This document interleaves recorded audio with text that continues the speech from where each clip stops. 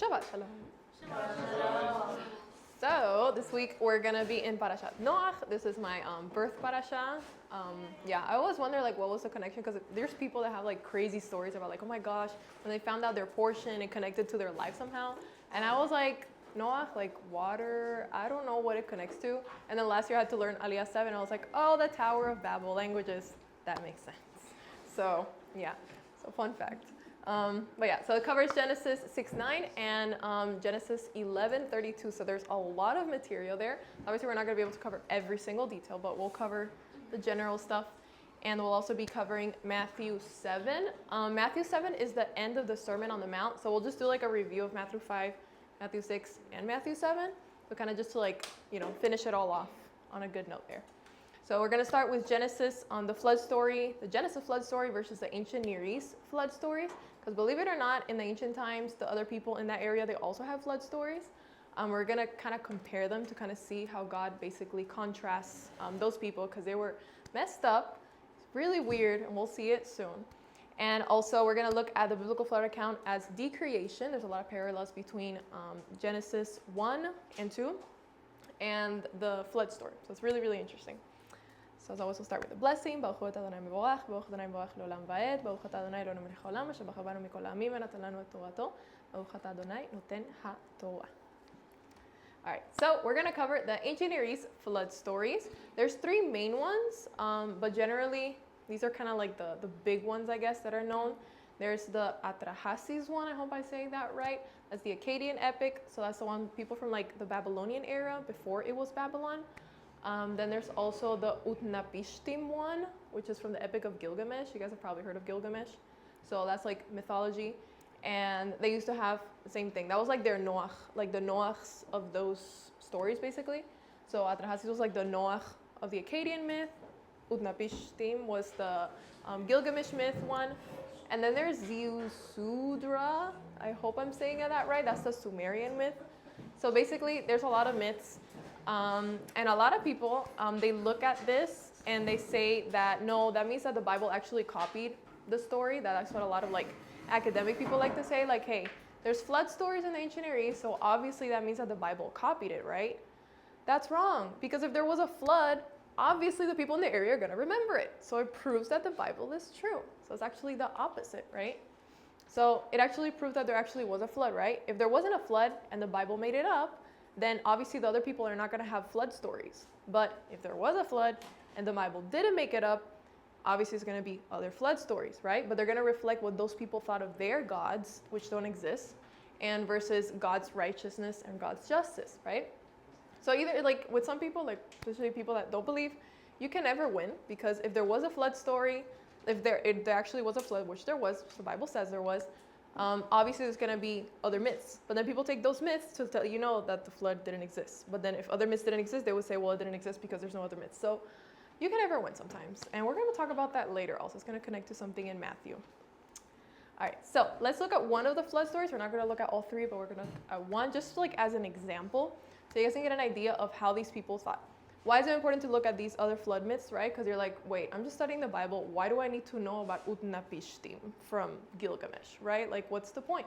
Because the Bible is written in that context, right? So the audience, the people that Moses was speaking to, they would have known that story, right? They would have known about those stories, just like nowadays we know a lot of like myths and stuff. Like we know Shakespeare, we know a lot of different things that like we kind of all know, right?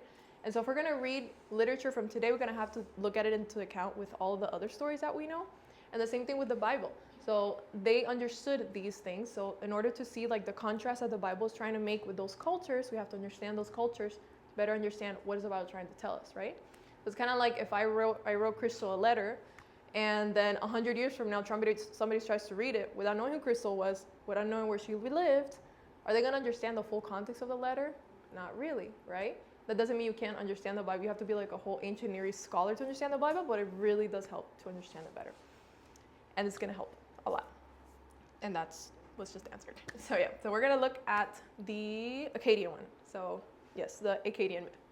So the elder gods made the younger gods do all the work on the earth after digging the beds of the Tigris and the Euphrates River, and the young gods finally rebelled. So in their mindset, there were like higher gods and there was younger gods. There was like different categories of gods. It wasn't just like gods. They were like different categories of them, right?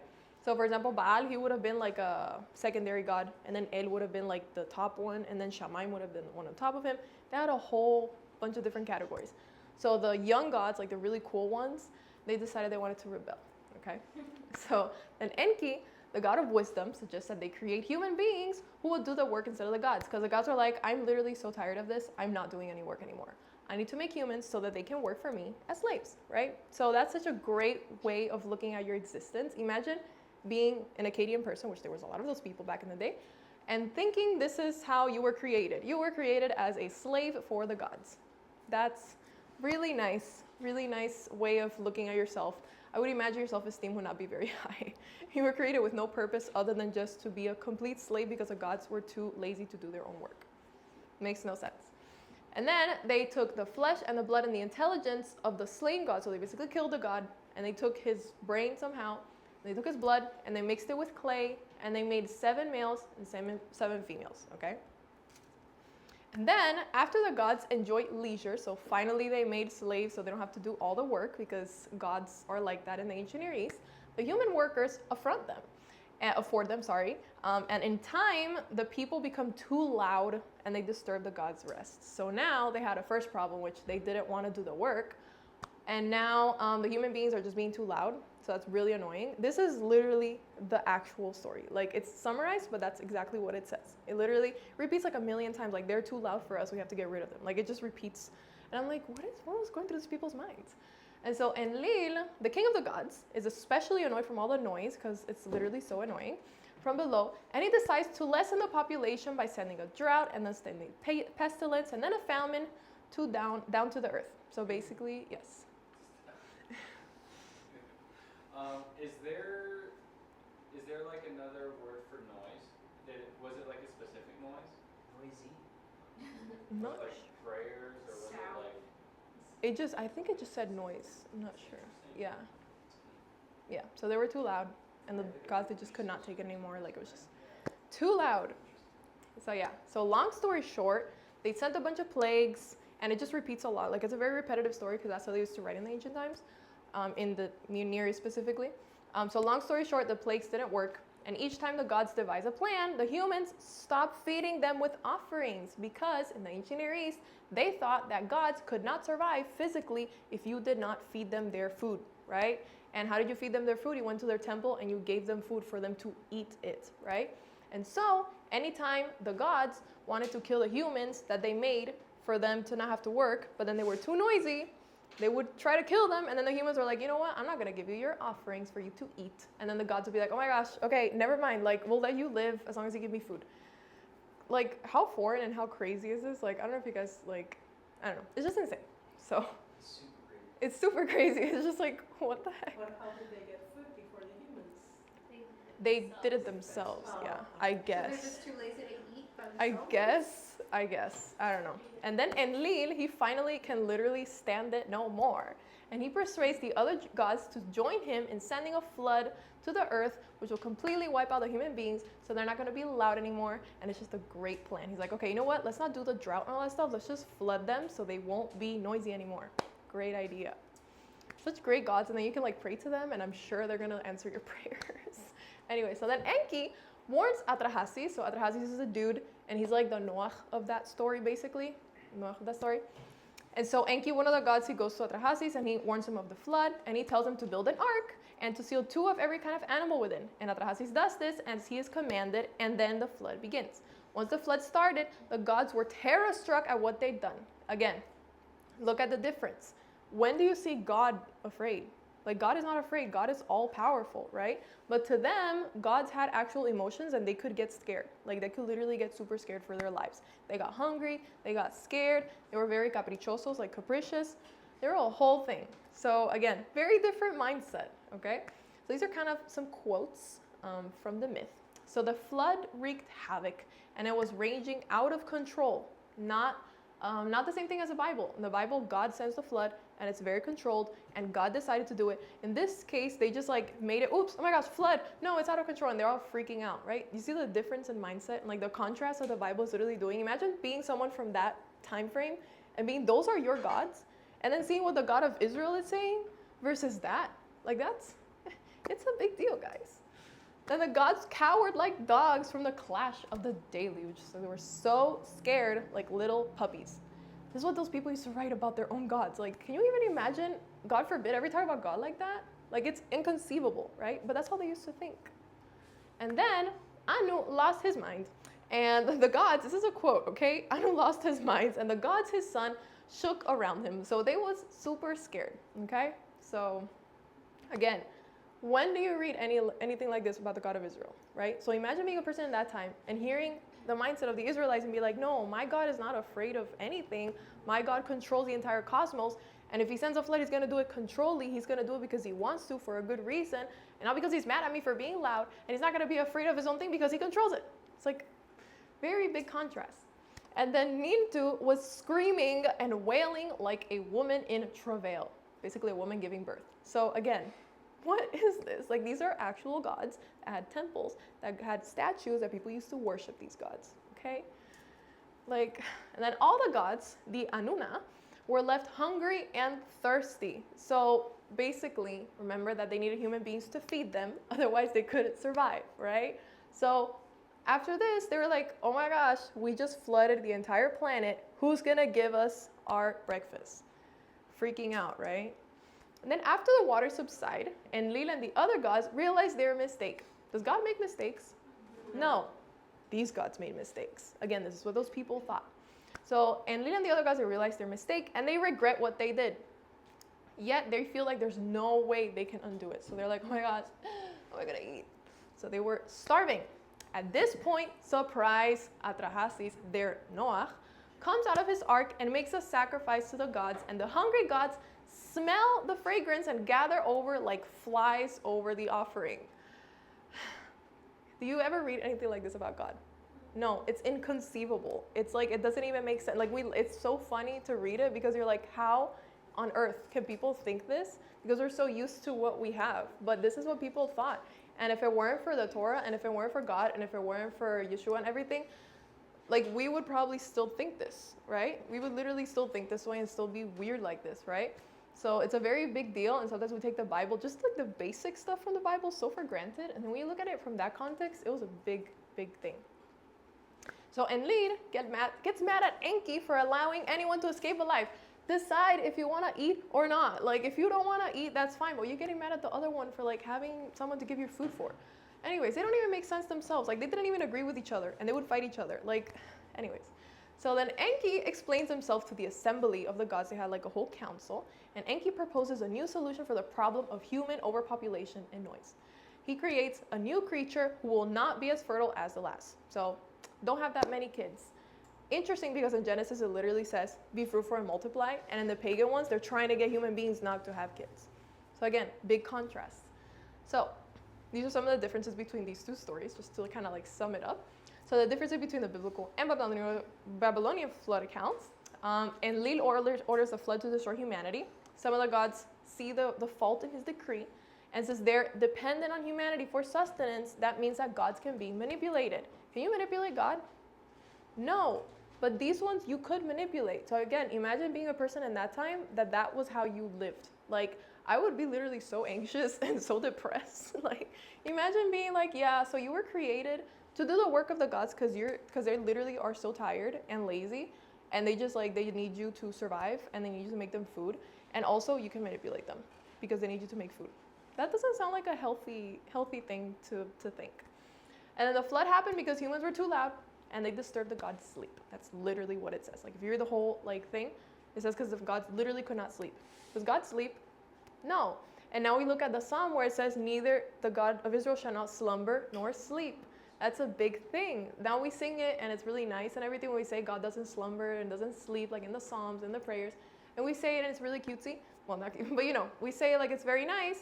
And we take it for granted because that was a big thing to say in that time where it says God does not sleep. That was a big thing because they believed their God slept. So if we wouldn't understand the ancient Near East, we wouldn't understand that psalm is literally telling us, no, God doesn't sleep like those false gods. He doesn't sleep because he's all powerful, right? And then the gods can make mistakes and they can argue about the decisions they make. They fight each other, they kill each other, those gods weren't immortal also, like they could die. Like it was not like they were not immortal. Again, imagine thinking that about God. Crazy. Like we can't even like conceive that. And then humans weren't supposed to be saved from the flood. It was literally just an accident because one of them was like, hey, so like how am I gonna like have brunch tomorrow? Let me save this one guy so we can get food. Like in the case of God, God saved Noach because he was a righteous man.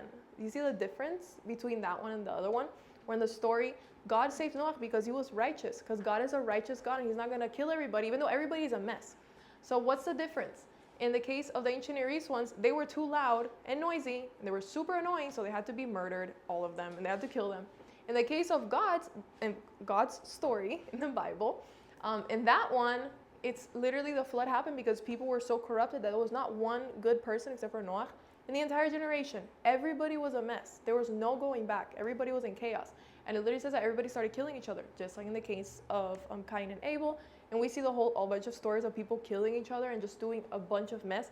Not even start about the Nephilim. Don't ask me about the Nephilim, okay? Like, if you don't want a conspiracy rabbit hole, go to Twitter. I don't know, but I'm not gonna be that person. But it was a mess. It was a mess. Either way you look at it, the earth was completely and totally in chaos because people were literally killing each other. And there was no goodness to humanity. So that's why God decided, I'm going to wipe out the earth and start over with a righteous man. Versus, they're too loud, I can't stand them. Like, see what a big difference? Imagine telling this to somebody in that time and be like, no, you know why the flood happened actually? Yeah, why did that flood happen? Well, because we were a mess. And God saved the righteous man because he wanted humanity to be saved and to be righteous again and to restore us. Instead of, y'all was too loud. Big difference, right? And then the gods kept the flood a secret from humans. God didn't do that in the Bible. He told Noach about the flood, right? And then the biblical account is telling humanity to be fruitful and multiply, standing in complete contrast to the story of Atrahasis, where the gods literally devised a plan to make them less fertile. And they were like, oh, we're going to make women have infertility and different kinds of things. Like, that's how they explain female infertility because the gods didn't want overpopulation. Like, just imagine that. Like, wow. Again, self-esteem, guys. That's a really nice thing to think about. So what is one of the central principles of the Bible? What are those circles? One of the really important things. Like in the circles. Kind of, but which one there? Righteousness and justice, yes. So righteousness and justice is one of the most important principles in the Bible. Yeah. Well, that's a good guess. So God is a righteous and just God. So if God is going to wipe out humanity, it's going to be for a really good and just reason. It's not just going to be because they're too loud. And he's going to save one who is righteous and who is just so that he can continue on humanity. And he's not going to make them infertile so they can't multiply. Like, what? You know what I mean? So you can see like the big difference. Were those gods righteous? No, I wouldn't even say they're like, even like, I don't know, I would say they're very malcriados. I don't even know how to say it in English. Like, spoiled, yeah, spoiled. Yes. How do you define righteousness though? What do you mean? How do you define righteousness? According to the Bible, yeah. How do you define it? I'm asking you. You personally. How do you? I mean, what does the Torah say is righteousness? That makes it better. I mean, there's a lot of things, so. There's a lot of things, huh? Yes. There's a couple. What was the upset with Take the your pick, Raquel. What? So take your pick if there's many choices. Well, in Isaiah 1, what is the upset that Israel is not doing? They're not. So he's not taking care of the poor and the needy and the widows. Yes, righteousness. So if in the flood or before the flood, if people were unrighteous and God was so upset that to the point where he wanted to wipe them out, what do you think they might have been doing? Probably not taking care of the widows and the poor. Like the super Yes. opposite. Yeah, the super opposite. Yeah, they were probably beating up orphans. Yes. I have Killing them probably. I have a question too. Yes. But excuse me. Sorry. It goes back to whenever you were talking about the epic. Do a lot of those myths have in common the plague before the flood starts? I'm not sure. 'Cause that I'm would not be sure. that would be really interesting. Yeah. 'Cause I that think, would be. I think that's just take Katie because I think it's just- yeah. Google. Yeah. I don't think it has that. I don't think so. But Yeah. it does have that it's too noisy. Yeah. And then this mentions something about the fly, them swarming like flies. Yeah. Yeah. I feel like a lot of them, like they have common motif, but they're not identical. But they have common motifs like Council of Gods, gods are dumb, and all those kind of different things. I was gonna say 'cause that, Yeah. that lines up with the consequences of not practicing righteousness and justice if Mhm. the plagues really kind of Yeah. I can imagine it kill maybe. people. That's what happened. That makes sense. Sorry. Yeah, no, that was a good point. But yeah, so these gods are not even righteous. They're malcriados, spoiled little brats, basically. Like, again, you look at these gods and you wouldn't even want to hang out with them as people if they were humans, right? Like, you read these stories and you're like, what the heck, guys? Like, so that's what I would say. So, but yeah, so these gods were not great examples. Quite a huge difference between the God of the Bible and these gods. So imagine being a person in the ancient Near East and hearing this story, the amount of hope you have for your life, that wait, I was created with a purpose. God created me with a purpose. God gave me authority over like the land and to be fruitful and to multiply and to be righteous and to fill the earth and to help the animals and to be like a good person. God created you with a purpose. And literally the words in Genesis that it uses to describe Adam is avad and shamal, which is to work or like to work the land and to protect. So like that's literally the role of the priest. Those two words are only used usually about the priest.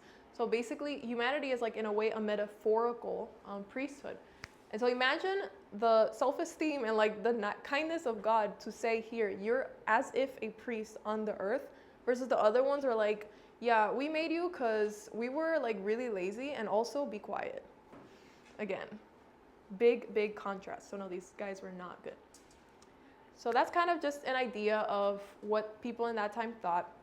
So we take a lot of like these snippets in the Bible, we just read the flood account and we just kind of goes over our heads and we don't really think too much of it. But if you look at it from that time, it was a big deal. So now in second portion, we're gonna look at the biblical flood account, focusing on the parallels between Genesis 1 and the flood. So the flood is like decreation basically. And there's a lot of parallels between Noach and Adam, which is really interesting. This is from the JPS commentary. And so Noach was actually the first human born after the death of Adam. So it's kind of like a second Adam in a way. Like once Adam died, he was like the next Adam, metaphorically, I guess. And both Noach and Adam, they both have 3 sons. So again, another parallel. And if you look at the ark, it's kind of like in a way like a little mini Eden. Like it has all the animals.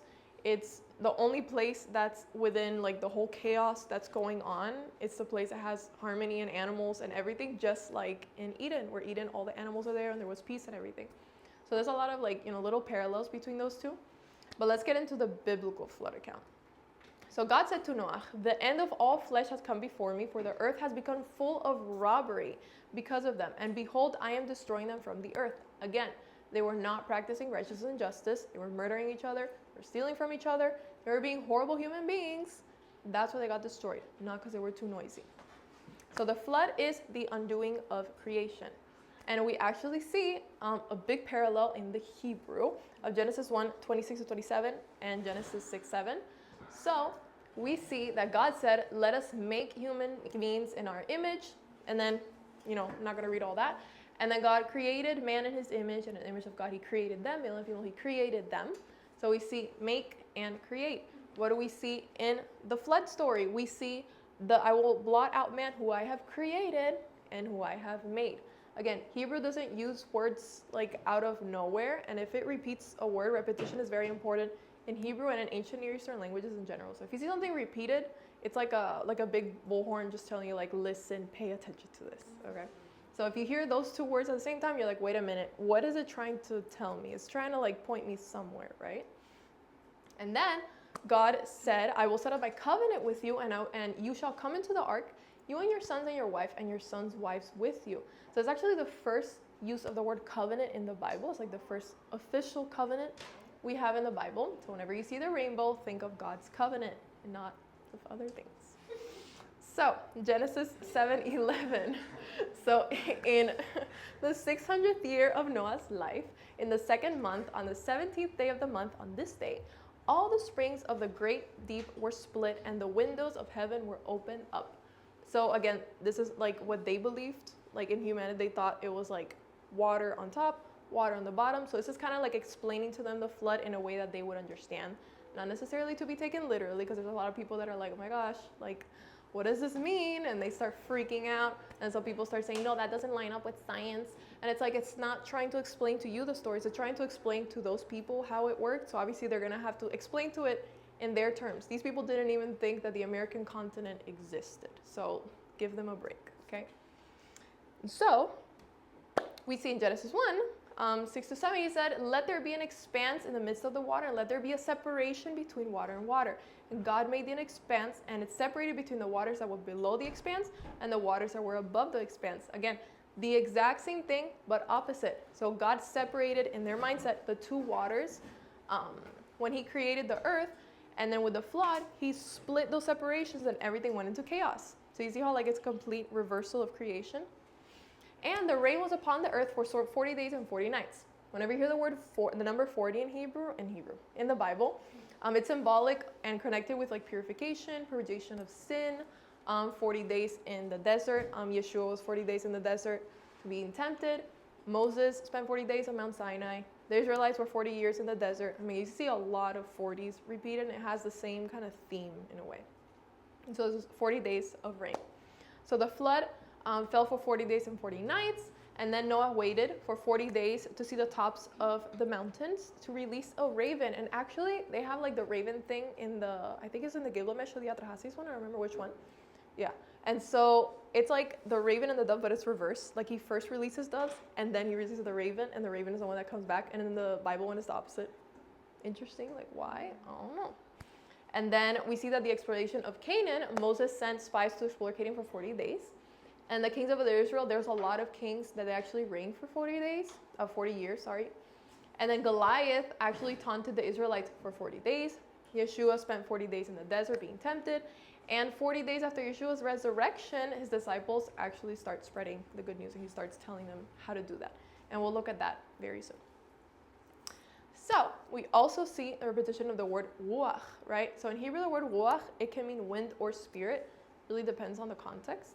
And so we see in Genesis 1:2, the one we saw last week, now the earth was astonishingly empty and darkness. Astonishingly empty is like not a great translation, but it was tohu vavohu, so it was formless and void. It was chaotic. There was no order. And darkness was on the face of the deep. And the Spirit of God was hovering over the face of the water. You guys remember what in Judaism they believe that is? What? Do you guys remember what Judaism believes that Spirit of God is? Oh, I think somebody taught it last week. You guys remember? Okay. Last week. So in Judaism, they believe that that was the Spirit of the Messiah. So again, you see the book of John where it talks about the Messiah being there from creation. And in Judaism, where they don't believe that Yeshua is even the Messiah, they believe that the Spirit of God, in that case, was the Spirit of the Messiah. So very fun fact. So if anybody tries to tell you, yeah, but that doesn't know how it works, and be like, read Jewish literature, okay? So Genesis 8:1, this week's parasha, and we see that God remembered Noach. So remember, remembering is not like I forgot and then I remembered. In the case of God, it's not that he forgot. It just means that he's prepared to act on it. So that's what it means in the Hebrew. So it doesn't mean he forgot Noach and then he's like, oh, by the way, Noach, forgot about him. That's not how it worked. Maybe if we were looking at one of the ancient Near East stories, probably, but not in the Bible. And so he remembered all the wild animals and the livestock that were with him in the ark. And he sent a ruach over the earth, and the waters receded. So we see, again, the parallel of the wind, the ruach, on top of the waters, right? And then he waited again for another 7 days, and he again sent forth the dove from the ark, and the dove returned to him at the evening. And behold, it had plucked an olive leaf in its mouth, and Noach knew that the water had abated from upon the earth. So then, Genesis 8:22, God tells Noach, so long as the earth exists, the seed time and the harvest, the cold and the heat, the summer and the winter, and the day and the night shall not cease. What would this fall into in the circles? Chaos. Yes, chaos and order. Exactly. Thank you, Caitlin. So yes, chaos and order. Because if the earth doesn't have a proper time of cold and heat, so imagine it's really freezing in the middle of Florida, and you planted, I don't know, like an orange tree, because that's the only thing you can plant in Central Florida. Basically, that would die, and that would be chaotic, and you can't really plan for a harvest. You would starve, right? So it's really important that God set up order. And order is very important to everything, like to our lives, to existence, to the planet, to everything. God is a God of order, and order is really important in every aspect of your life. Name an aspect of your life, and I'll tell you, yeah, order is very important there. I don't think anybody can argue, yeah, but I can have chaos here. Like, chaos is kind of fun. No, you should not. It's not a good idea. So, after Genesis, we see that God created dry land with functions and functionaries. In the ancient Near Eastern mindset, it was very important to have function. If you didn't have a function, you didn't really exist.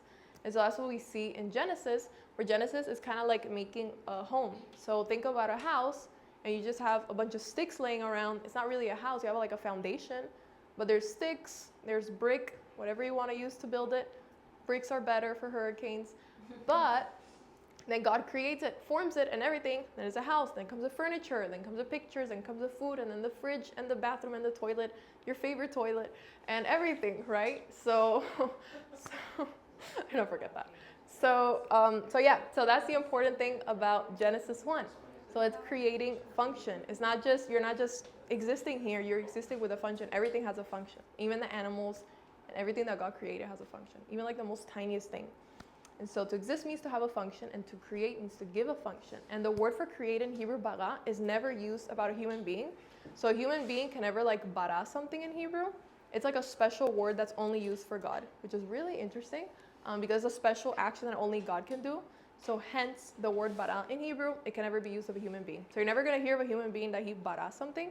You could make something, create with different words, but with that word in Genesis, like bara, bereshit bara Elohim, it's only used about God. So it's really interesting also. Fun fact. And then we see another parallel, which is full of parallels. So Genesis 9:7 says, you will be fruitful and multiply, swarm upon the earth and multiply thereon. Very different than the ancient Near Eastern stories where we're like, oh, they're so loud. How am I going to stop making babies? Like, okay. But, and we also see that in Genesis 1:28. We see that God blessed them and God said to them, be fruitful and multiply and fill the earth and subdue it, and rule over the fish of the sea and over the fowl of the sky and over all the beasts that tread upon the earth. So the same words are used. Again, it's making a parallel. So after God decreated humanity and the earth, because again, humanity had corrupted everything, it turned into a mess and everybody was killing each other and just not doing righteousness and justice. Then the opposite happens when God recreates humanity, reestablishes order after the flood, and he tells them the same thing. So it's making a connection there, right? So chaos to order. That's basically the idea of Genesis 1 and of Genesis 6 and 7 and 8. So the creation story and the Noach story, it's the same thing. We have a chaotic place, and God comes to order it, right? So from decreation to creation, again, the flood was a decreation to make dry land with functions and with functionaries. So when humanity gets corrupted, it causes chaos.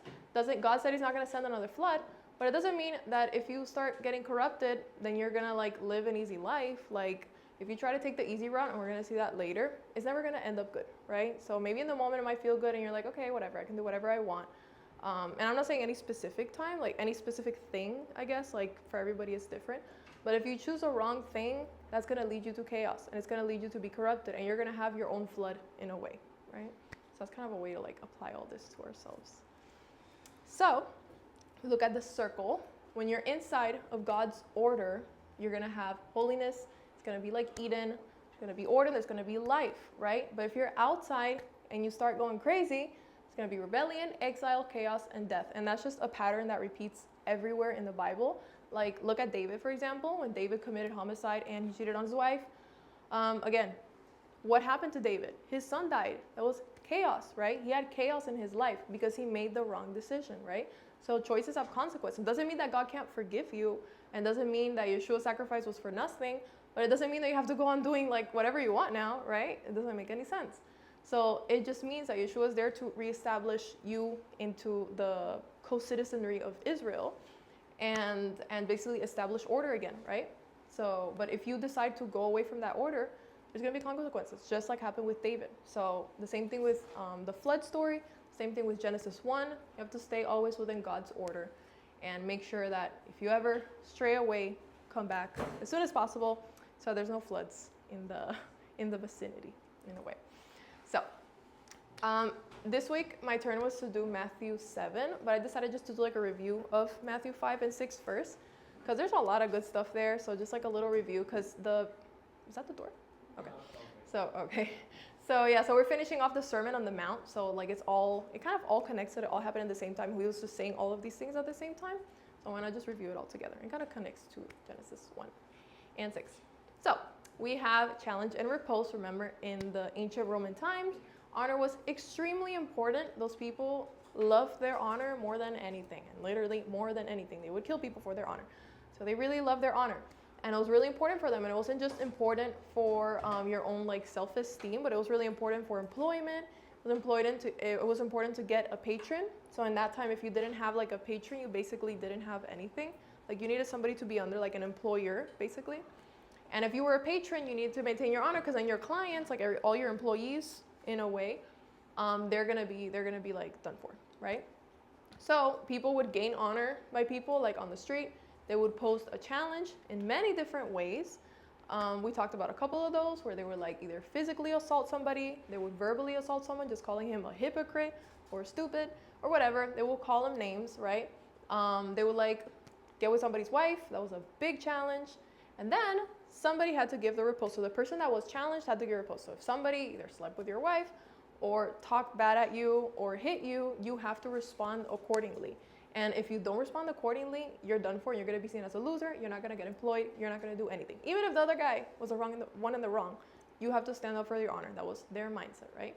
And there was a public verdict. You either get honor or you either get shame. So in that time, it was a very chaotic time. So we have the Romans, they were kind of just like controlling everything, like the puppeteers in a way, colonizing everybody. And so they kind of controlled everything, but they largely kind of stayed away from the religious aspects, but then they kind of started getting more involved. So it just depends on what point in history and what emperor. But for the most part, they used to have like their own autonomy, so they could make their own like religious laws and everything. And then you have the Pharisees, the Zealots, which were crazy. They were like the super, super crazy rebellious people. Like in the moment we saw really like intense ones, those were the Zealots, right? And then those are the ones that like took over the temple and all that stuff. Those were literally Zealots, right? And we have the Sadducees. So they didn't believe in the resurrection. They didn't believe in angels. They didn't believe in most of the Bible, interestingly. And they were actually like the high class of the priesthood, unfortunately very corrupt in that time. And we have the Samaritans, which edited the Bible to say that Jerusalem is not the capital. It's actually their mountain. One of the mountains, like the Mount of the Blessing. And then there was other Zealots too. So there was a lot of Zealots, and they didn't agree with each other. So in this context, imagine Yeshua saying, "Blessed are the merciful, because for they will be shown mercy."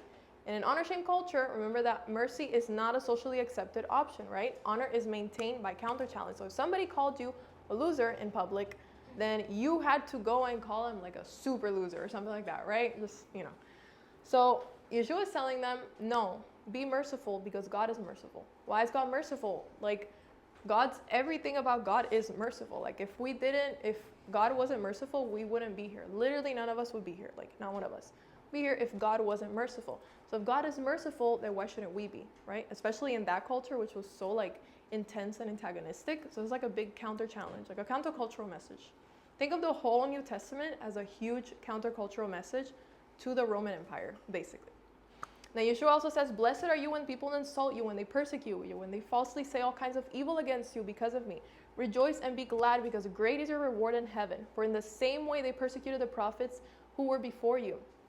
So again, it doesn't matter what people say about you. Like, God is the one that has honor, and God is the one that gives you honor. So if you don't let people's opinion affect you, if you don't let them give you honor, you don't take honor from them, they can't really affect you, right?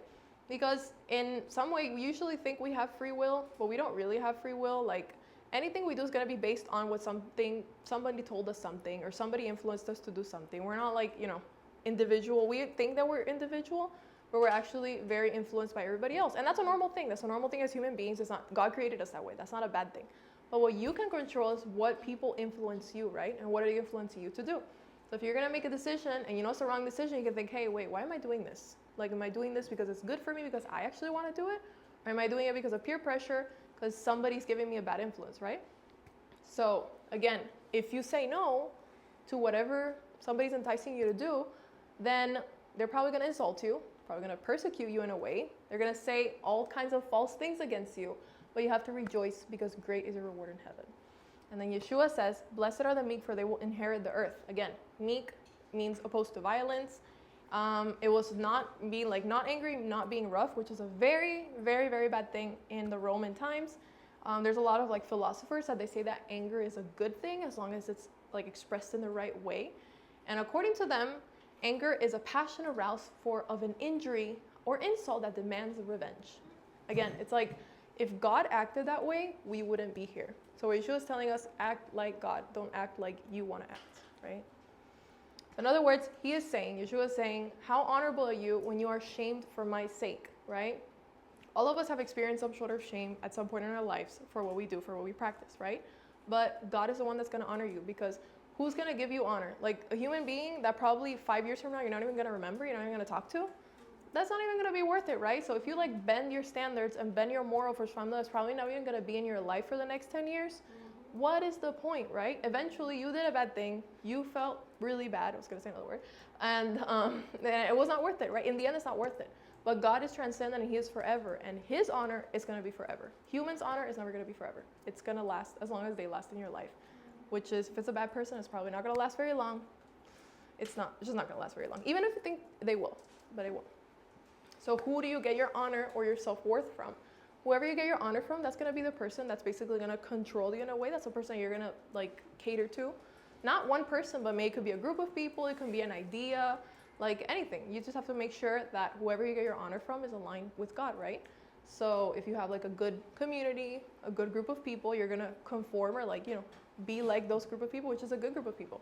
There's nothing wrong with wanting to be accepted. It's just who do you want to be accepted by and why? Because there's nothing wrong with wanting to be accepted. Like this is not, because a lot of people are like, no, you can't really care about what people think. That I don't really agree with that opinion, and a lot of people say that, like, just forget about what people think. No, like you want to be appreciated by other people. Now, if those people are leading you astray, then you have to think, okay, I'm not going to get my self-worth from these people. I'm going to get it from other people. But don't ever think that, like, don't ever accept that somebody tell you don't care what people think. You should care what people think, just what people are those people. You get to choose what people, see? So that's where it kind of like changes a little bit. Because again, anybody who knows psychology even a little bit knows that we're wired to want to be accepted, right? That's just normal. But who do you want to be accepted by? That's the problem. And then Yeshua says, you are the salt of the earth. And his audience would have understood the covenantal meaning of salt. So salt is a very important covenantal thing in that time. If you would have said salt to any Israelite, they would have think, oh yeah, covenant. So automatic covenant. That's why we put salt in the bread on Shabbat, because it represents God's covenant and it represents that God is always faithful, right? Because sometimes people are in Shabbat and they're like, well, why do we even put salt on the bread? Like, what's the point? Like, it already has salt. Like, why do I have to put salt on top? So that's a problem with like not understanding what you do. Like whenever you do a tradition or something, try to understand where it comes from, because it's going to be very helpful to your life, and not just do it because other people do it. And Judaism does this, so I'm going to do it. Understand why you're doing something, and then it's going to make your like life very enhanced. So whenever you see people putting like salt on the Shabbat bread, just think covenant, and God is forever and God is enduring. And thanks to his covenantal loyalty, even though we weren't loyal to his covenant, we're still here. So that's kind of what salt represents. And it also represents that you're the salt of the earth. So just like God is faithful to the covenant, you have to be faithful. And you have to go out there and be a good, active, preservative agent in the world and preserve God's people and preserve God's covenant and preserve God's righteousness and justice in the world. So then that's what he mentions, that if the salt isn't salty anymore, then what's the point, right? So if you're not doing your part out there and you're just doing everything for yourself and for your congregation, then what's the point, right? You have to go out there and do your part, and don't be ashamed of it. So we should be salty. We should be salty then. All right, so then he also says, do not think that I have come to destroy the law or the prophets. I have not come to destroy them, but to fulfill them. What does that mean? That means fulfill them in Greek is teleos, which means to build, like to bring them to its full potential, right? Like to its full potential, basically. What does that mean? We're going to look at that a little later. So keep that in mind, please. So, teleos. Can everybody say teleos? Teleos. Okay, keep that in mind. I'm not a Greek expert, but I know like 3 words, so that's as far as my Greek goes. So therefore, whoever abolishes one of the least of these commandments, which one is that commandment? Birdie ones. Yes, the birdie ones. So the commandment that whenever you're going to get an egg from a nest, you have to make sure that you make the mama bird leave and not take away her egg in front of her. Why is that important? Because it shows you righteousness and justice and how to be a good person. That's going to apply to everything in your life. And in Judaism, that's considered the least of the commandments. So Yeshua is saying, don't even get rid of the least of the commandments. Not even the one that you think it's like not really useful, the one that you don't understand. It doesn't matter. Keep it there. Keep doing it. I don't know how many of you guys are ever going to get an egg from a mama bird's nest, but if you ever do, make sure to, do that. Jack Sparrow. So So yeah, so whoever teaches people to do so, to like not follow the commandments, will be called the least in the kingdom of heaven. But whoever keeps them and teaches them, this person will be called great in the kingdom of heaven. Again, the Torah, guys. Now we see the sixth antithesis, and this is where we see the teleos thing. Everybody say teleos? I sound like a pastor. So teleos means to be complete, to bring to its full fruition, to its full complete point, right? Because a lot of people, they say, no, like when Yeshua said to fulfill them means to fulfill them once and for all. It means we don't have to do them anymore. So does that mean that you can like not help the widow and the orphans? Like, yeah, I think we should keep the Torah. My opinion, my personal opinion. So the six antitheses are when Yeshua mentions commandments from either the 10 Commandments or like really important, like big commandments, and he like deepens their moral scope. So he brings them to their full fruition, to their full potential, to their teleos. So a lot of times he's going to say, you have heard it said, but I tell you. So you have heard it said this, but I tell you this. So Yeshua says, you have heard it said, don't murder someone. But then Yeshua says, no, it's not enough that you don't murder someone. Don't get angry of them and don't treat them like garbage, basically. Like, you know, what is the teleos thing about this, right? It's not enough that you don't murder someone if you're going to treat them like garbage. Like in the first century where everybody was fighting each other, right? What was the point? That's literally why the Romans conquered Israel, and that's why they destroyed the temple, because everybody was fighting each other, and the Romans just said, you know what? They're just destroying each other, so why am I even going to bother? Like, let's just, literally, that's what it's, if you guys remember that scene in the movie, where like Titus, he was like, yeah, they're killing each other anyway, so let's let them do our work, and then we'll just take over. Chaos, right? So they weren't following God's order. They were not following righteousness and justice, just like in Genesis, just like in the flood story. And what happened? Chaos came, right? The flood came. The temple was destroyed. So it's like the same thing just repeats everywhere. And it's not just in the flood story, it's in everything, right? Adultery, that's like the best, like, in my opinion, the one that best sums up the, like, theology and the ideas between the antitheses, which is, again, it's not enough that you don't commit adultery. Don't be staring at women. Hello. Like, or in the case of women, guys, too. Like, women can also commit adultery. So, like, don't be staring at other people, because you can be like, yeah, well, technically I didn't, like, you know, it didn't do anything, like, and it's like, yeah, you did, like, you were staring at her for even a minute, that's enough, you know what I mean? And so, again, that's bringing it to the teleos. It's not enough not to commit adultery if you're staring at other people and doing whatever you want, right? Any wife would be like, yeah, no, and any husband too, honestly. Any normal, sensible human being would be like, yeah, that's still cheating, right? But technically, according to the Torah, it's not. Right? So what is Yeshua doing? He's expanding it to be like, yeah, don't just go for the literal. You have to understand where you're coming from, right? Because if you're following the Torah, like, where's your heart at in a way? Like, where's your intention? What's your intentionality? Is your intention just to do enough? Like, yeah, I don't murder, and like, I don't commit adultery, and like, I don't commit a false oath. Okay, so I'm good. It's like, no, that's not enough if you're a really bad person, if you're staring at women all over the place, and if you're like doing whatever you want, right? So what's the point? Right? So it's not enough to just follow the Torah literally. You have to see where your intention is. And that's where you see like the teleos mindset. So Yeshua said, I'm going to bring the Torah to its teleos, to its full fruition, which is all of these different things that he mentioned. So oaths, he says, don't even swear an oath. Eye for an eye. Let me see, did I even put these? No, okay. I was like, make sure that if I put slides for these. So an eye for an eye, he says, yes, you have heard it say an eye for an eye, but if somebody, he says, but I tell you, if somebody slaps you, you turn the other cheek, right? So again, well, technically I didn't. No, why are you even being merciful like God is? Because God is merciful. So we're supposed to imitate God, even though we're not going to be perfect as God. But we can do our best, right? And if you're like, yeah, but technically the Torah doesn't say that I have to be merciful. It's like, come on. And then love your neighbor. Yeshua says, you have heard it said, love your neighbor and hate your enemies. But I tell you, love your enemies. In this time, you were not supposed to be loving your enemies. You were supposed to be hating your enemies. If you were a Pharisee, you had to hate the Sadducees. If you were a Sadducees, you had to hate the Zealots. You have to hate the Samaritans. Everybody has to hate each other's in-group. You have your own in-group. You have to hate everybody else. Doesn't seem too different than a lot of things nowadays. But yeah, but everybody has to hate each other, and otherwise you're not like a loyal member of your group or something. So again, in this time, imagine Yeshua telling people, no, but those people could be like, yeah, but technically I am loving my neighbor because my neighbor is technically the Pharisees. So that's when Yeshua talks about loving your neighbor, he says, no, be like the good Samaritan. And then the guy was like, what? What do you mean the Samaritans aren't good? So it was like a big thing for them, you know? And so, yeah. So then Yeshua says, you have heard it said, love your neighbor and hate your enemy, but I tell you, love your enemies and pray for those who persecute you, that you may be children of your Father in heaven. How does a kid act? Does he act like his dad? Yes, he does. Usually kids are going to act like their father. So if you're children of God, then you're going to act like God. You're going to be merciful, right? Because technically at some point we were enemies of God, right? We were in rebellion. Look at what the people of Israel did during the time of the kings, right? The kingdom split. Everybody started doing idolatry. Again, they were enemies of God in a way. And so he causes the sun to rise on the evil and the good, and he sends rain to the righteous and to the unrighteous. So if you love those who love you, what reward will you get? So if you're a Pharisee and you love Pharisees, okay, do you want a cookie? Like, that's great, but like, I'll give you a cupcake if you want, but that's not really impressive, right? What reward would you get? Not a cookie. And if not even the tax collectors doing that. Yeah, because tax collectors in that time was like the lowest of the low, just like nowadays. We don't like taxes. Everybody hates taxes. We can all agree on that.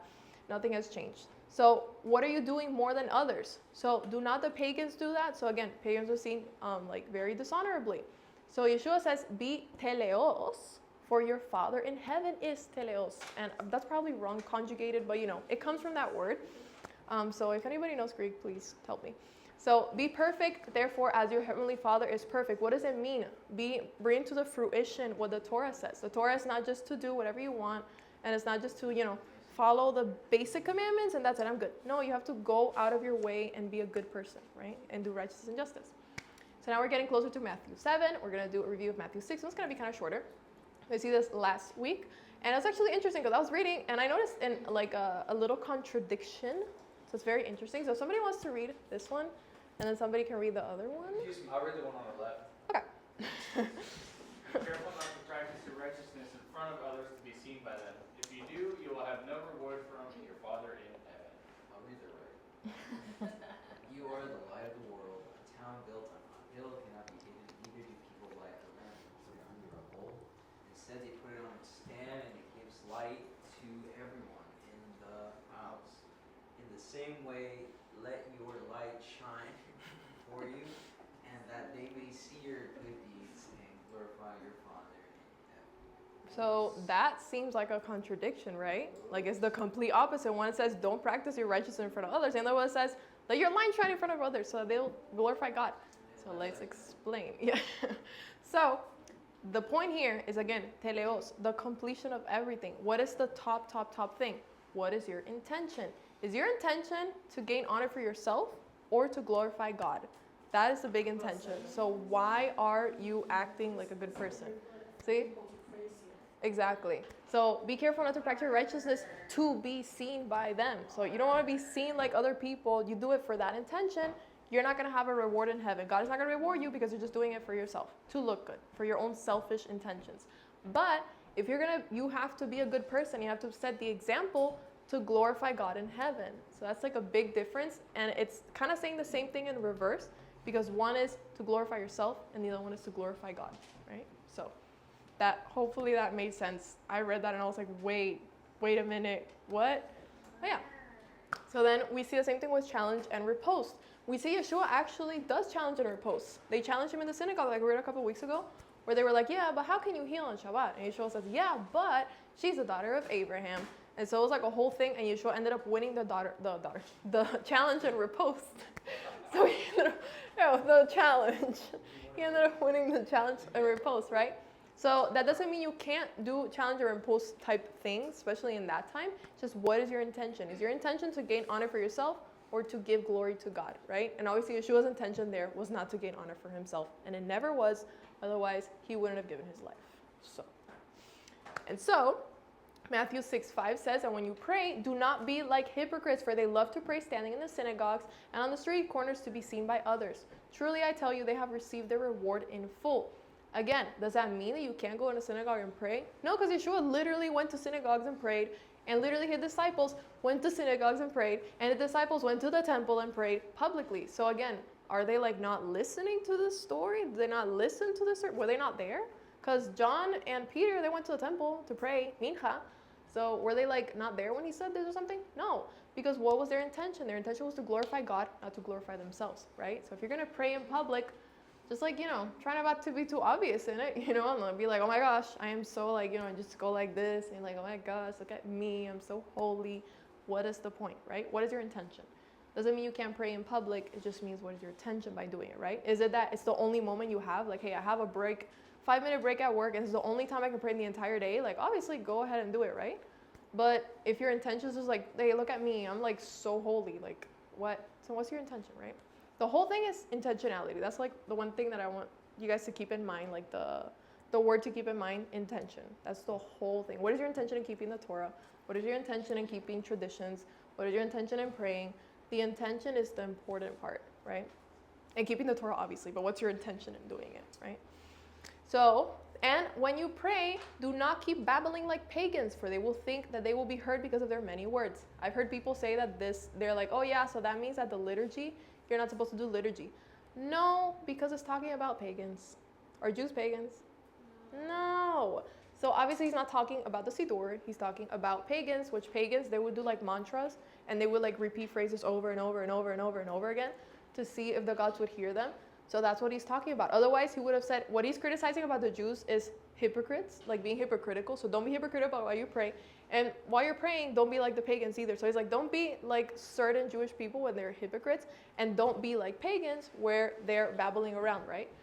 We have to look at things in context, because then we can just go on crazy routes and kind of like, forget really important things. But when you fast, put oil on your head and wash your face so that it will not be obvious to others that you are fasting. For only to your Father who is unseen, and your Father who sees what is done in secret will reward you. So again, if you're fasting for any reason, people used to fast not just on like communal fast days, they would fast just out of, they wanted to fast. Like people do that still nowadays, I don't know how, like you just voluntarily, like, if you have to do it, do it. But like, guys, it's hard. So like if you are fasting, like it's Yom Kippur, right? And you come here and you're like, and you're just like there and like being a big show, like, I'm so hungry. Like, not just complaining normal, that's fine. But if you're doing a big drama for people to see how much of a faster you are and how much like an amazing righteous faster you are, what's your intention, right? You just talking to your friends and be like, oh my gosh, I'm so hungry, like the fast today is like really, that's fine. But what is your intention? Are you saying that so that people will be like, oh, she's so holy, wow.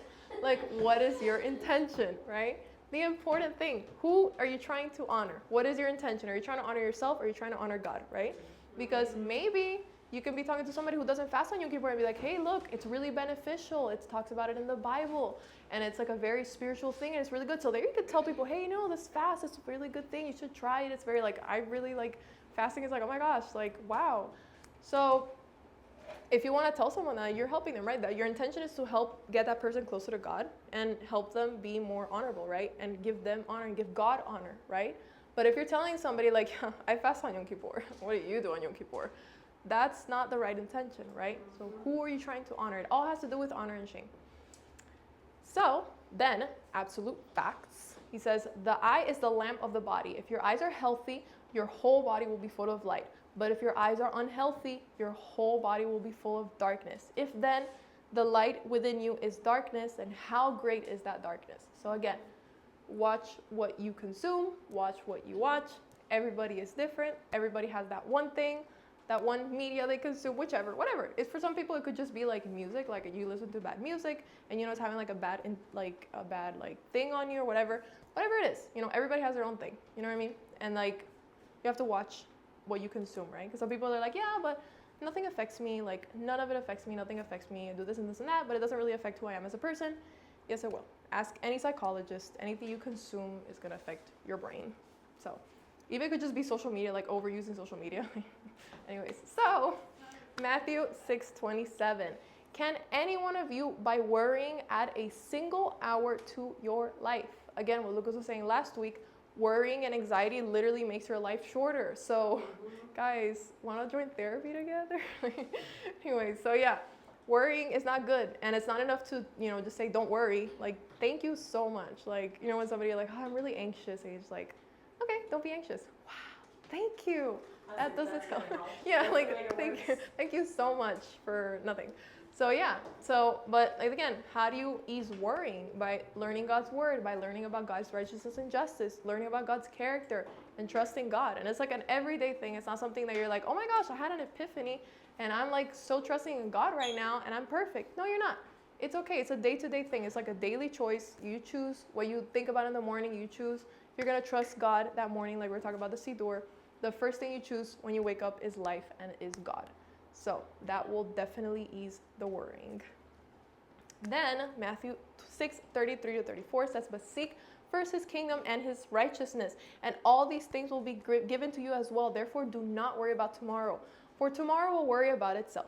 Each day has enough trouble of his own. So again, your thing has to be seek God's kingdom and seek God's righteousness, and he will take care of the rest.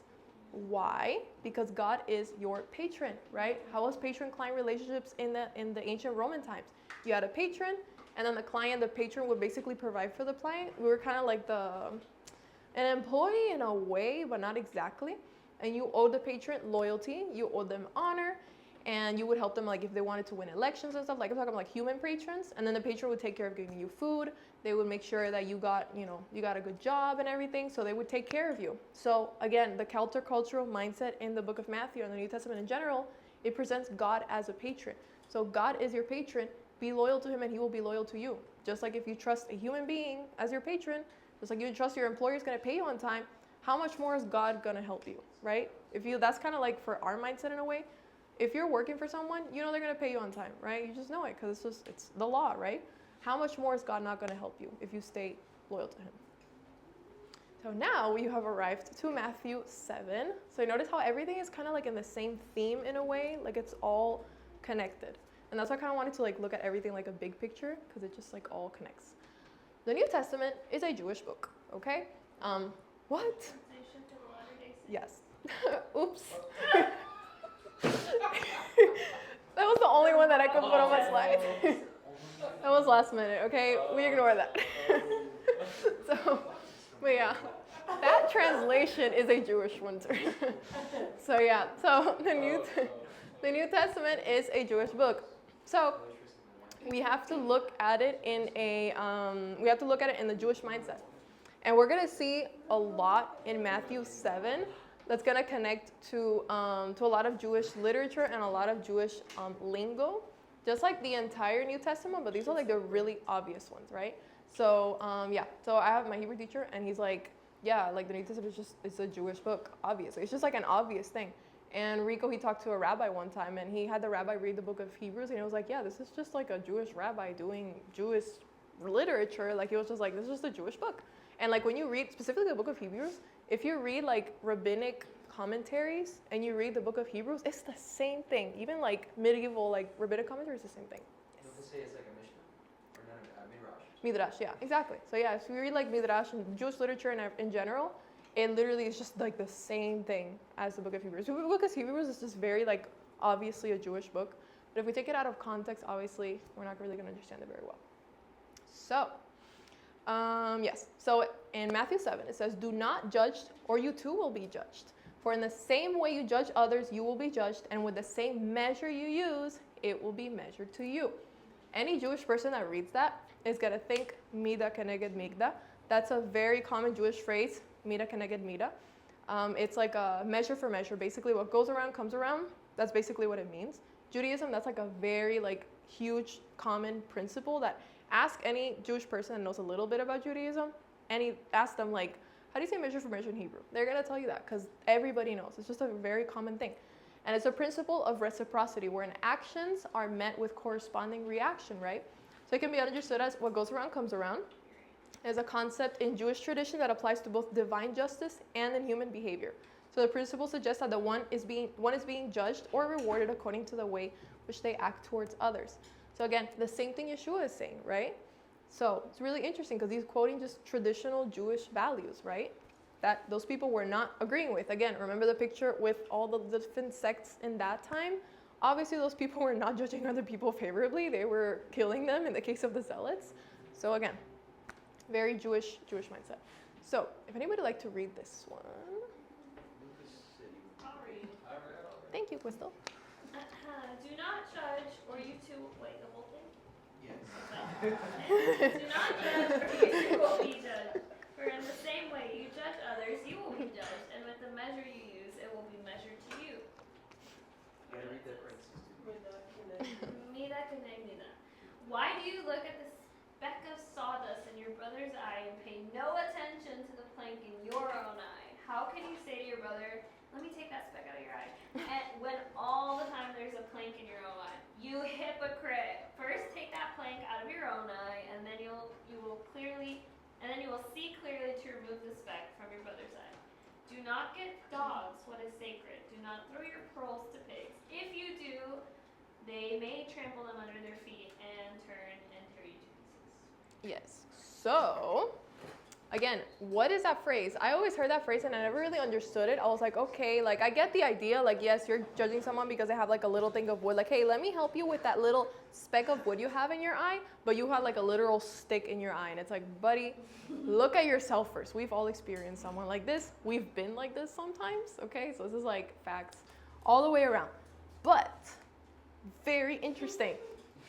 Actually, if we see in the Talmud, in Tractate Arachin 16b to 6, it actually says, it was taught in a baraita that Rabbi Tarfon said, I would be surprised if there's anyone in this generation who can receive rebuke. Why? Because if the one rebuking says to him, remove the splinter from between your eyes, he says to him, remove the beam from your eyes. So Yeshua is literally using traditional Jewish literature. This is not the only example. There's like 3 of these. There's at least 2 in the Talmud. I think there's 3. This is a very common thing of talking about judging people, right? So again, this is Jewish lingo. This is Jewish literature, and he's talking to you in a Jewish way. So obviously we have to look at it through a Jewish perspective to understand it better. Because otherwise we're not going to get like the full like the teleos of it, basically. You know what I mean? That conjugation is probably wrong, but forgive me. If anyone knows Greek and is watching, I'm sorry. I don't know Greek, but the word from that root, okay? So yeah, so that phrase is just a traditional Jewish phrase that talks about judging people. So he's using Jewish lingo to a Jewish audience, right? So, then we have Matthew 7 to 12. If anyone likes to read this one. Thank you so much. I'm so sorry, I have to go. You're good. I can't see though, for real. Okay, is anybody closer? Ben became Thank you, Benjamin, so much. I can't see. Actually, I mean, if you don't mind. Okay. Ask and it will be given to you. Seek and you will find. Knock and the door will be open to you. For everyone who asks receives. The one who seeks finds. And to the one who knocks, the door will be open. Who else can read? Obed. You got this.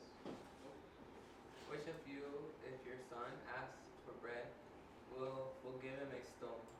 Or if he asks for a fish, will give him a snake? If you then, though you are evil, know how to give good gifts to your children, and how much more will your Father in heavens give good gifts to those who ask him? So in everything, do to others what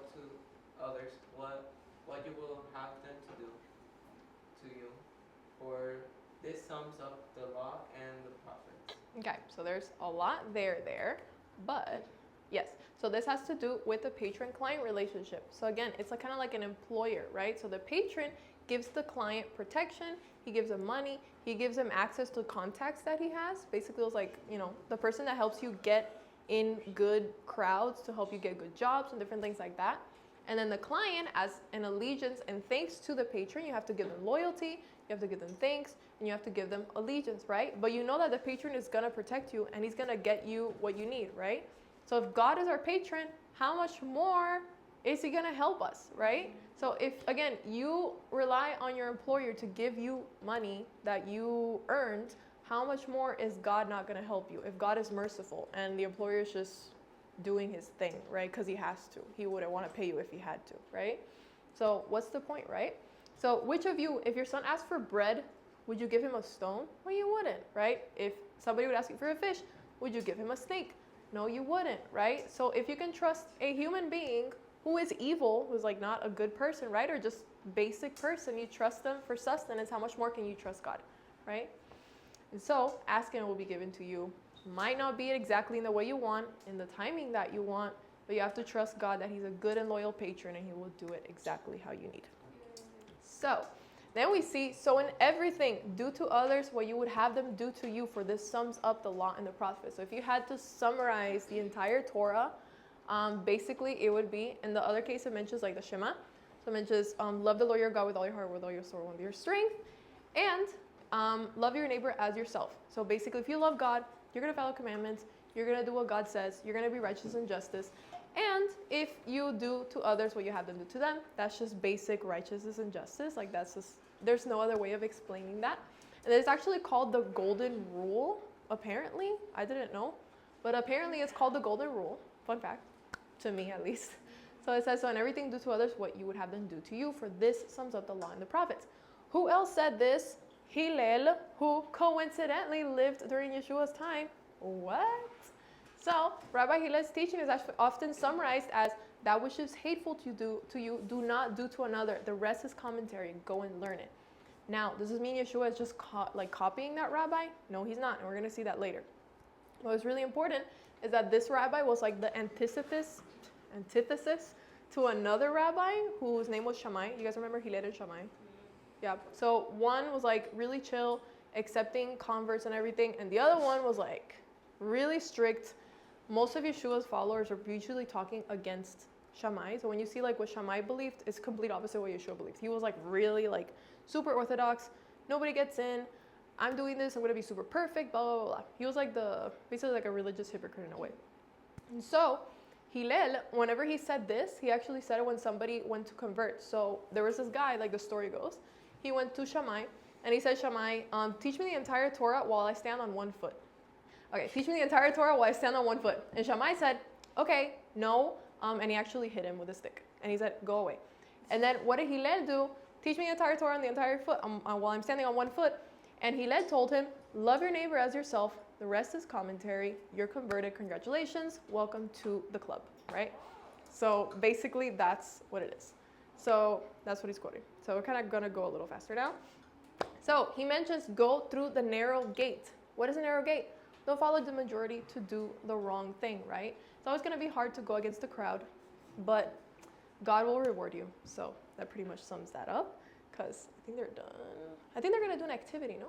Yeah, right? Oh, Yeah, they were going to do like, yeah. they were going to do like a whole thing. She had presents and everything, so I saw the presents. I'm sorry, guys, we're broke. We don't have presents, but anyway, so if you guys want to donate, we can get presents. But yeah, and then it mentions to watch out for false prophets, for they come to you in sheep's clothing, but inwardly they are ferocious wolves. For their fruit will be by their fruit you will recognize them.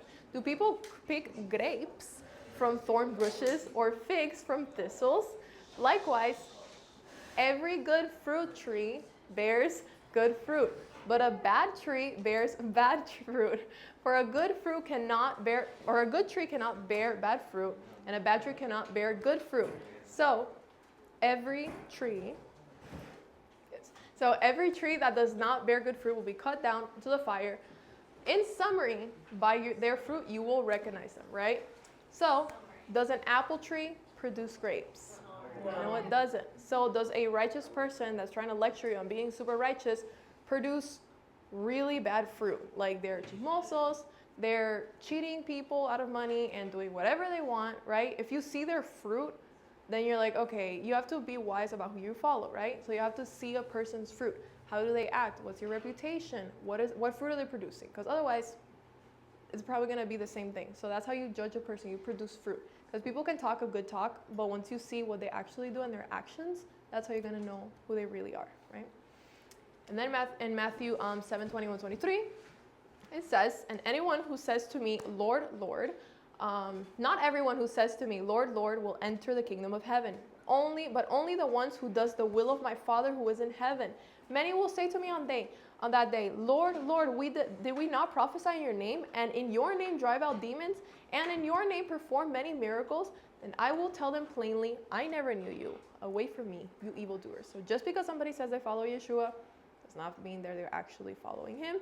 Just because somebody says they're following the Torah does not necessarily mean they are. So again, you have to know them by their fruit, because just because somebody can talk the talk, but they might not be walking the walk. See? So you have to be smart.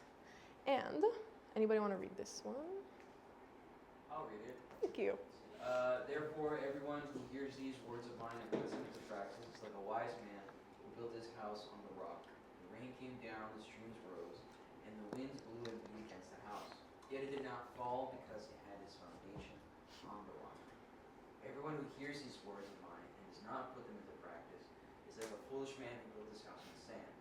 The rain came down and the streams rose and the wind blew and beat again that house, and it fell with a great crash. Yes. So, what is the point of studying and knowing everything and knowing the Torah by memory and knowing all the commandments and knowing so much about the ancient Near East and knowing so much about Yeshua's phrases if you don't practice them, right?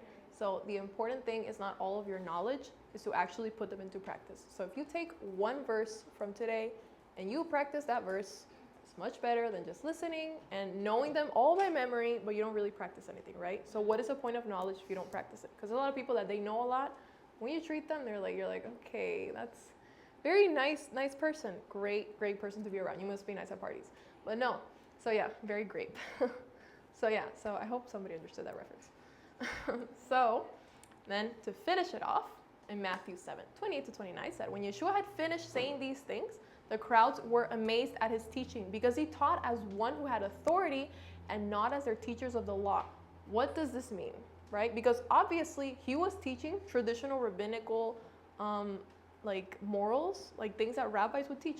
So what does it mean he was not teaching as a teacher of the law when we literally saw him quoting literal rabbis and not quoting rabbis, but he was quoting different phrases and different things that would be said in that time, right? The Baker Illustrated Bible Backgrounds commentary, very interesting, because it mentions that if the Mishnah, this is a quote from the book, the second century collection of more than 400 years of rabbinical teaching, is just like a big collection of rabbinical teaching, gives any indication as to rabbis, how they taught their students, much of their instruction involved passing down what previous rabbis had taught about the scriptures. So basically, if you read the Mishnah, it says, Rabbi Yossi said this, but Rabbi this said that, and then it just like quotes a lot of rabbis, and it just quotes what they had taught, right? It's like a very oral, like teaching their students, different rabbis teaching what other rabbis said. But Yeshua never quoted a single rabbi. He never studied the law as like a rabbinical student. That's their perspective. I might not agree because he was in the temple studying, so I don't know if that was exactly true. But yes, bye Gabby. Bye. So instead, it's always already.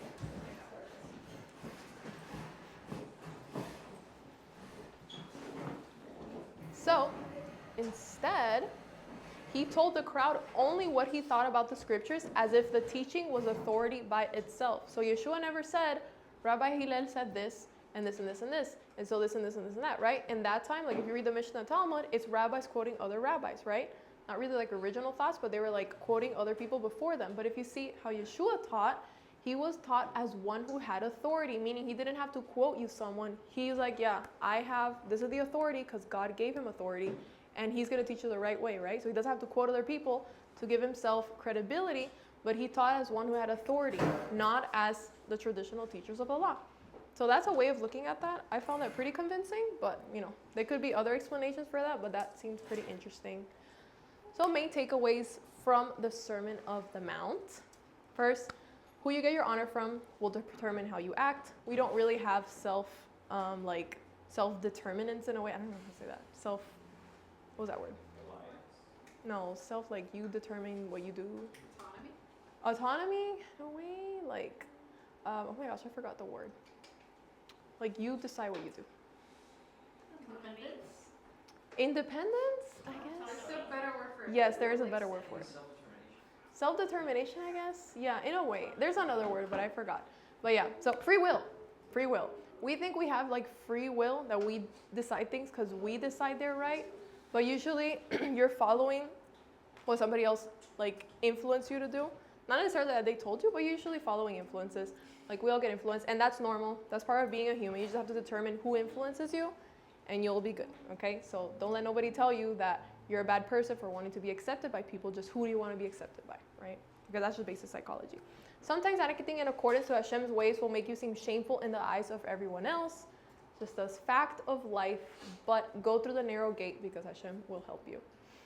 And we have to be the salt. We can't just be passive participants in God's covenant, but we have to be active ones and go out and do righteousness and justice and do the right thing and show people the mercy of God, not to get honor for ourselves, but to give God glory.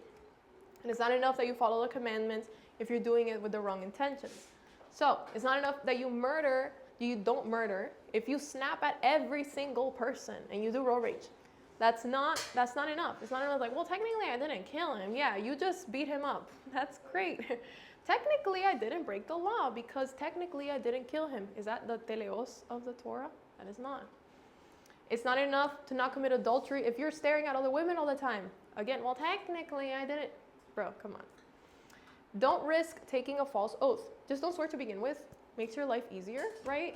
Just, don't even take the risk. Just, you know what? Like, if you don't want to eat pork, just don't go to a place where there's pork. It's just easier that way. Just kind of like an idea. Don't just love your neighbor, love your enemies, right? It's not enough that you love your neighbor. Like, yeah, well, technically, I do love other people, like other Messianic people that agree exactly like me. Like, okay, well, that's not enough. You have to show love to everyone, to everyone within reason that they're not gonna do bad things. But that's another story for another day.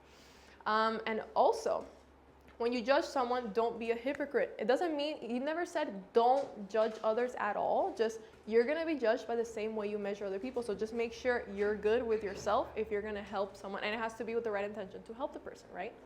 Because we also have to use our brains, right? If you see somebody doing the wrong thing, you have to go help and be like, hey, you know what? I noticed that this and this and this and that. I can help you with it. I've struggled with whatever. And you can help a person out, right? So it doesn't mean like, oh no, I'm not going to judge them. I'm not going to say anything, right? You have to be a good person too. And sometimes not standing up for the wrong thing actually makes you the best person, because most people just let people just go off and, ruin their lives for nothing. So you can also be a good influence in that way. So in the same way you'll judge others, you will be judged. Mida keneged mida. And Hashem is your patron. He will provide for you. No need to worry. The golden rule, do to others what you would have them do to you. And even enter through the narrow gate. Going against the crowd is not going to be easy. It's going to be a narrow gate. You have to squeeze through, but it will be worth it because Hashem will reward you. Because Hashem is a good patron. If you're loyal to him, he will be loyal to you because he's a good God. And when they're deciding whether or not to listen to someone, just look at their fruit. Look at what they've produced in life. What have they done? What have they done for humanity? What is all of that? And then you can decide, okay, this is someone I should listen to or someone I should not. Because I feel like nowadays we just listen to any podcast that comes up. Like we just, hey, self-help. Ooh, okay, yay. I'm one of those people. You just see like a cool YouTube thing and you're like, ooh, that's like a cool title. I'm going to listen to their advice. But you're usually applying that advice to your life. So you have to make sure who you're getting that advice from and not just go for anything that appears on your feed and like, yeah, this is great advice because the guy looks credible and he's wearing like scrubs or something, right? So that doesn't mean that the person is credible, right? Even if somebody might have like all like, their PhDs in psychology and everything, they could, like end your human being and stuff. Like, you don't know what that person is producing. You have to look at their fruit. You have to look at what they've done in their lives and different things. I'm not saying him specifically, just saying as an example. So don't just listen to anyone online. Make sure you're listening to the right people and don't just like, click, I'm going to listen to them. So with that, Shavuot Tov.